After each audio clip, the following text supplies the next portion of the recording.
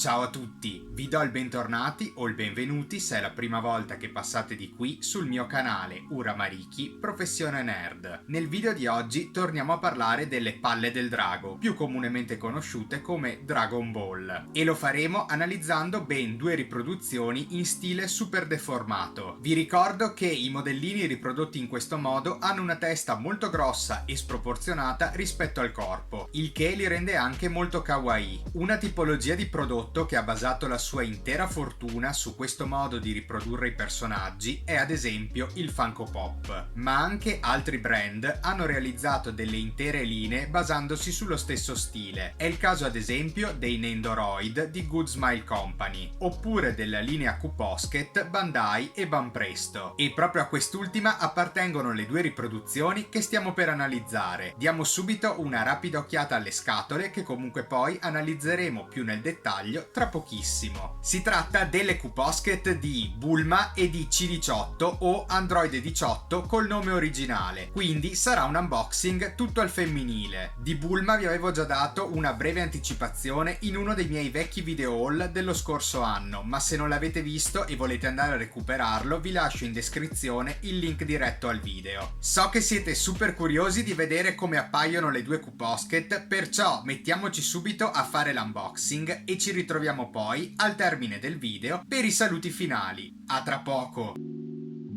Analizziamo le due box lato per lato partendo dal fronte, di cui abbiamo già avuto un breve assaggio nel segmento precedente. Su questo lato ci viene mostrata una bella anteprima di come appaiono le due protagoniste. Troviamo inoltre i loghi delle case produttrici e il nome della linea, Q-Posket.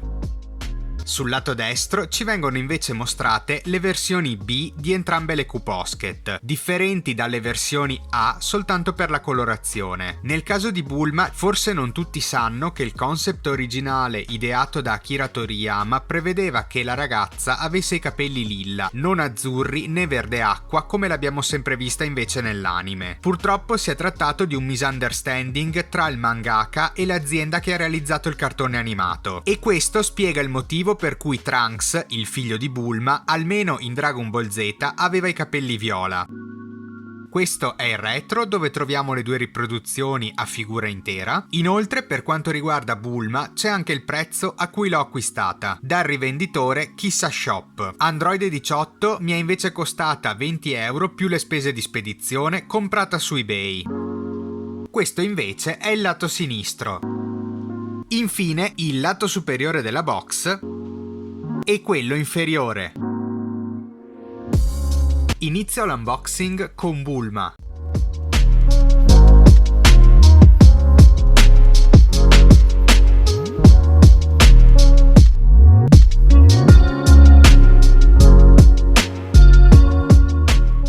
La Q-Posket sarà divisa in tre pezzi: la testa, il corpo e una basetta di supporto.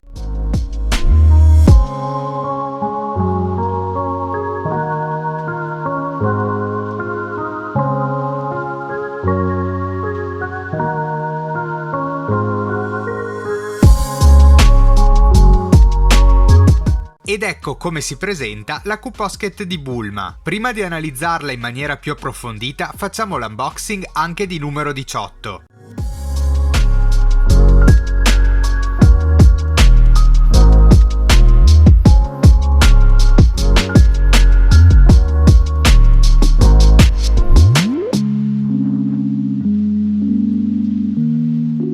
E anche lei, che è contenuta in un cellophane molto più piccolo rispetto a quello di Bulma, sarà divisa soltanto in tre parti.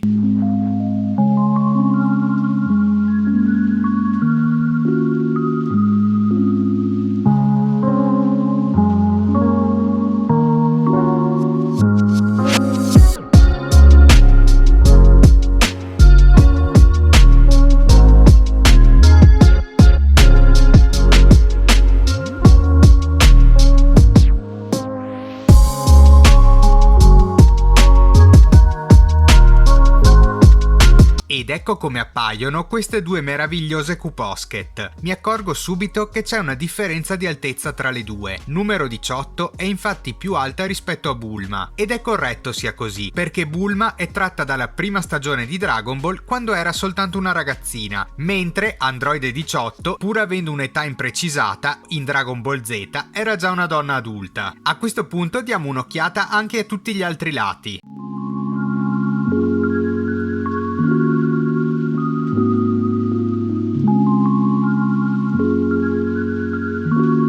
Vista la differenza di statura, sono curioso di misurarle per scoprire esattamente quanto sono alte. Per quanto riguarda Android 18, direi 15 cm. Invece Bulma mi sembra che misuri 14 cm. Adesso però avviciniamo l'inquadratura per poterne cogliere ogni più piccolo dettaglio.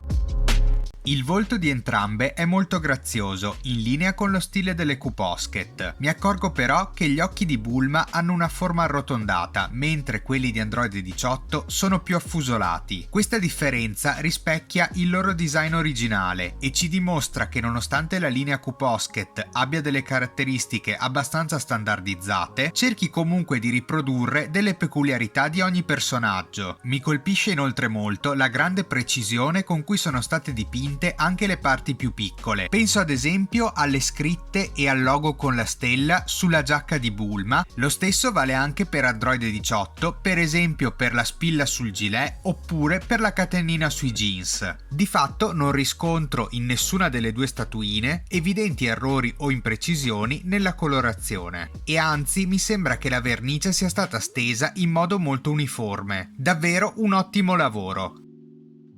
Prima di passare alle valutazioni finali, voglio mostrarvi qualche altro modellino di Bulma e di Android 18 che possiedo nella mia collezione.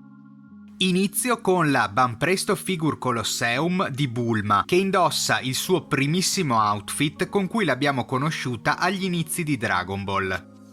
E questa invece è sempre Bulma con il costume da coniglietta per la linea Dragon Ball C2 Figure. Nel caso in cui non conosceste questa linea, che ha riprodotto altri personaggi femminili tratti da One Piece come Nami e Nico Robin, ha come caratteristica principale quella che il vestito cambia colore a seconda che faccia caldo oppure freddo. In questo caso la parte nera del vestito di Bulma, se viene scaldata con la mano, diventa rossa. E possiamo vedere che per questa riproduzione l'unica cosa super deformata sono le tette. Infine la prima Glitter and Glamour uscita di Android 18 versione A, che la riproduce con i vestiti strappati in seguito al combattimento contro Vegeta. Come vi sembra la mia collezione? Se vi va fatemelo sapere con un commento sotto il video. Adesso però passiamo alle valutazioni finali delle due Q-Posket. Ed è finalmente arrivato il momento di dare un po' di voti. Per la categoria somiglianza al personaggio, il mio voto è 7. Come dicevamo già all'inizio del video, si tratta di riproduzioni in stile super deformato, quindi volutamente più kawaii, e che non rispecchiano i tratti basilari del personaggio originale. Tuttavia, apprezzo lo sforzo che viene fatto dalle case produttrici di differenziarle le une dalle altre, per esempio dando loro un diverso taglio degli occhi, come è stato fatto in questo caso. Per la categoria colorazione il mio voto è 9. Entrambe le Q-Posket sono state dipinte in modo impeccabile anche nelle più piccole parti. Per la categoria basetta di supporto il mio voto è 8. Si tratta delle classiche basette rotonde date in dotazione a tutte le Q-Posket. Sono molto piccole, graziose e funzionali. Per la categoria posa il mio voto è 8. Quella di Bulma è in movimento, mentre quella di numero 18 è più statica. Comunque le ho apprezzate entrambe. Infine, per la categoria rapporto qualità-prezzo, il mio voto è 9. Se non avete molti soldi da investire in questo hobby e vi piace lo stile super deformato, vi consiglio assolutamente la linea Q-Posket, che oltretutto riproduce un sacco di personaggi tratti da tantissimi anime differenti. Facendo la media, la valutazione finale che si portano a casa queste due riproduzioni di Bulma e di Android 18 è di 8.2, una valutazione molto alta e meritata. Ed eccoci di nuovo insieme. Se vi è piaciuto questo video vi chiedo di mettere un like, di iscrivervi al mio canale e di attivare la campanella per rimanere sempre aggiornati sui prossimi contenuti e di condividere il video sui vostri social. Inoltre, se già non mi seguite, vi chiedo di iniziare a farlo anche sulle mie pagine Instagram e Facebook, dove mi trovate con lo stesso nome che ho qui su YouTube, Ura Maricchi Professione Nerd. Ho concluso, perciò vi ringrazio e vi do appuntamento, se vi va, al prossimo video. Passo e chiudo.